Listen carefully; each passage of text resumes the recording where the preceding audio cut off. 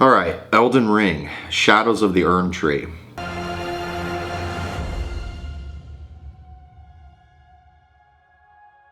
I immediately jumped into this DLC.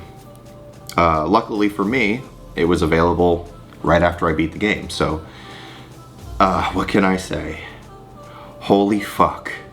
Like, I wasn't expecting, like, normally when I bought DLCs for games, let's talk about like Fallout 3 or New Vegas or Skyrim or something like that.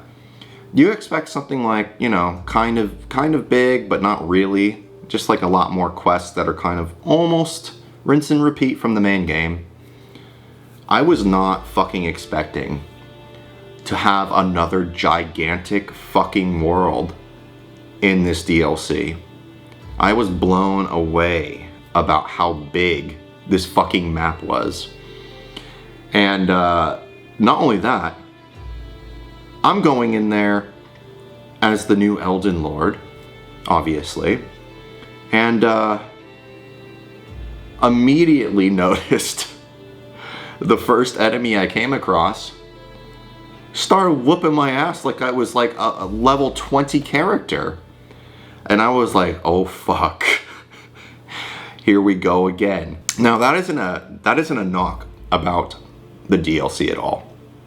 The enemies are punishingly hard at times, but if you went all the way through Elden Ring, you kind of already expect that to be the case.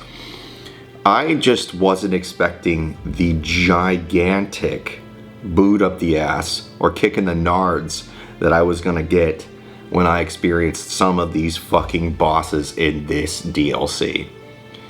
Some of these bosses were just like how I said in the other video. Some of them felt really easy to me. The first boss with the lion head thing, the rhino boss, the big dragon in the peak, the dragon peak area. Those three, I annihilated those three bosses. And that one scorpion mosquito looking lady, I annihilated her too. Now, when it came to Vesmer, that fucking guy annihilated my ass over and over and over and over, and so much to the point where I was like, fuck, like, okay, I'm just gonna go explore more of the map now and maybe find more shadow pieces or whatever to hopefully get my character to not get raped to death right away. So the exploration in this game is just as vast as it was in the main game. The only thing I can say that's kind of a nitpick here is that there was a lot of like rinse and repeat enemies that shouldn't be, in my opinion, giving you a hard time.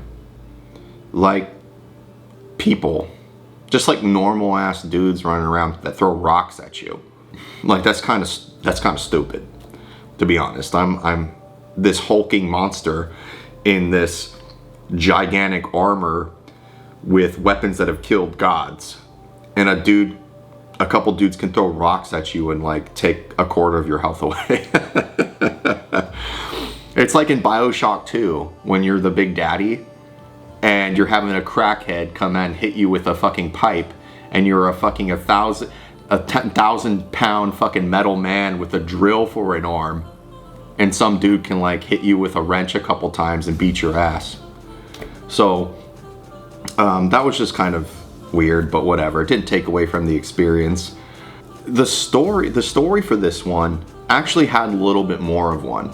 There's some NPCs that talk to you a little bit more, and you kind of get an idea of what you're supposed to do.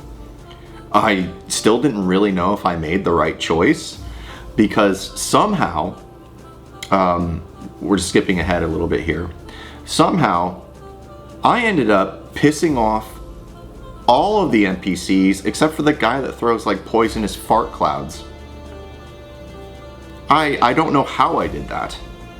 Like they all just took offense that I like ran through bosses or something. Like I don't know what happened, to be honest with you. I didn't look it up. I just noticed that at one point I'm in a room and they all want to fucking kill me. And I have no idea what I did wrong. As far as I knew, I was just exploring and running around and killing bosses and going to do dungeons. I wasn't aware that somehow I had offended all of the main NPCs that are like here for the same reason. But I still enjoyed whooping their asses, so it was fine. It's not like the end boss, Prominent Radon or whatever, was really needed for any of those people to be around. But that's how I knew I did something fucked up. I don't know exactly what it was, but I had a good time the entire time. The landscapes and design for this DLC was really good in some parts and really questionable at times in others. And this is this is a critique here. There were some parts of the map that there wasn't a whole lot going on. Like, it looked really good and it seemed big, but there just wasn't a whole lot going on inside of it. And that was just kind of weird, because I'm used to running around and at least finding 10 to 15 things to do just immediately in one place. There were hidden dungeons, and there were some random fights with dragons and the boatsman people or whatever. But for the most part, there are parts of the map where I just kind of I just expected there to be more, especially for how big some of the parts of the map were. But they weren't, so it was kind of strange. I did, like I said, put over 100 hours into the DLC as well. Mesmer fucking annihilated me for a long time, until I finally beat him, and it was fucking awesome. I think I jumped up and was so happy that it was done, because I had my ass kicked so many times, and only like a few of those times I had gotten so close to beating him just to get killed at the last second. And I think at one point me and Mesmer killed each other, so that sucked. That's always fun when that happens. Let's talk about the last boss, Radon. Again, this fight was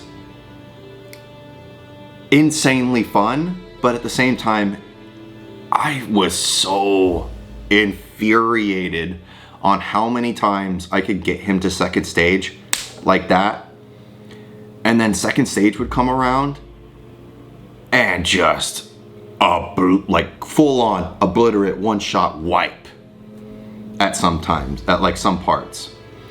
And the tactics, this is what always kept it engaging, is the tactics never seemed to ever stay the same. I think I spent, I'm not even kidding, at least a day and a half in hours, mind you, fighting that until I beat it. And keep in mind, as I said in the last video, the only time ever in the entirety of the game, hundreds of hours at this point, I never once changed up my fighting style ever, because it was working for me. And I was really good at what I was doing. This was the only time that I changed anything.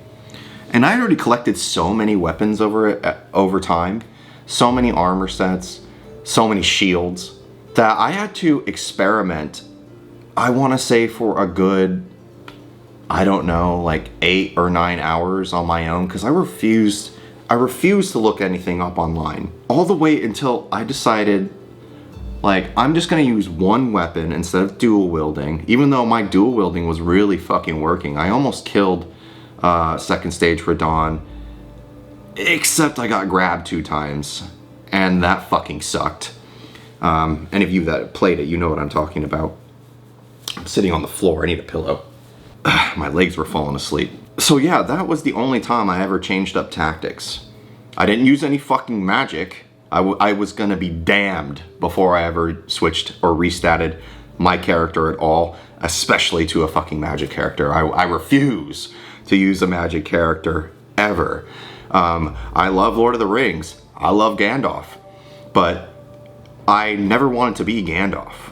I've always wanted to be Strider, you know? I'm one of those characters. I really, or fucking Guts from Berserk. I like to go in there and just get in the fray and fucking swing a sword in someone's face. That to me is fucking awesome. Beating the final boss was amazing because my daughter was there. I was at my girlfriend's house. My girlfriend was there. My stepdaughter was there. And they had watched me biff it over and over and over that morning. Finally, it was so funny because my daughter, because I told you what she did to the sunflower guy on never playing the game before. She took it. She got to the second stage first fucking try and almost got him to like a quarter of health on second stage. And it really just like, dude, I told her, I was like, dude, you know how mad you would make the internet right now to see a 15-year-old be able to just never play Elden Ring before and play the DLC and just like tank bosses and just annihilate them on your first try. Like, the internet would lose its mind. Anyway, I beat the boss finally after maybe like 30 attempts that morning. And mind you, this is like going into day 2. They all jumped up and were screaming and yelling, and I'm just like this, like, holy shit, like I did it, it's done. And that's when it sank in. The adventure's over. You know, the game is over. It's that feeling you get when you've played a really good game and you've literally enjoyed every moment of it and you've explored just about everything there is. You've stomped everything out, and it sinks in that like you're never going to get that experience back again for the first time. And then it hit me when it came to the DLC versus the main game. Eventually, or at some point during the DLC, because of how mad I was at Mesmer, the game became about the destination more than it did the journey this time. Now, mind you, I enjoyed every single moment I was playing, but at some point it clicked with me where it was like, I want to stomp every fucking boss out and I want to get this done. I want to kill him. That's it. Like Berserk during the eclipse. You just want to kill him. And it became about the destination more than the journey this time around. And I think it's because of the difficulty spike. And I think it's because it's a whole new world and it's like how vast it is and how big it is. And you just got done exploring hundreds of hours and hundreds of dungeons, it seems like, and bosses and mini bosses and mobs in the main game. It's just one of those moments when you realize like, oh fuck, like it's over. It's like when you watch Lord of the Rings, and if you haven't watched Lord of the Rings all the way through extended cuts in a while, and you're having such a good time and how fucking awesome it is and how good it is, and then you finish Return of the King and you're like, fuck, it's over. And then next week you just redo it all again. Since then, I have replayed and have started new characters in Elden Ring. This is just final thoughts here since we're coming near the end of this video. I will say this. When it comes to the main game of Elden Ring versus the DLC of Elden Ring, I'm very inclined to always keep playing the main game. DLC, I'm not sure I feel the same way. It was fun. It was good. There's just something about the DLC that just didn't, I don't know if it just didn't hit as hard, or like I said, it just became about the killing and I just kind of like lost focus on like the journey of the game. I'm sure one day I will go back to the DLC and maybe try not to fuck it up. I don't know how I fucked it up with the NPCs of the game, but I did somehow, except for one guy. But yeah, that's like the one big thing I can say I take away from the DLC. I'm not saying I'm right or wrong about it. It's just like how I feel. The DLC to me is something I don't think for me has super replayability. It didn't hit the same way as the main game did, and that's fine. But yeah, those are my thoughts on the DLC. It was fucking cool. There are enemies that, like I said, beat your ass heartily. The fire giant things, the furnace things, when you first start the DLC, you're like, oh fuck, I hit him, and I think one speck of his health disappeared.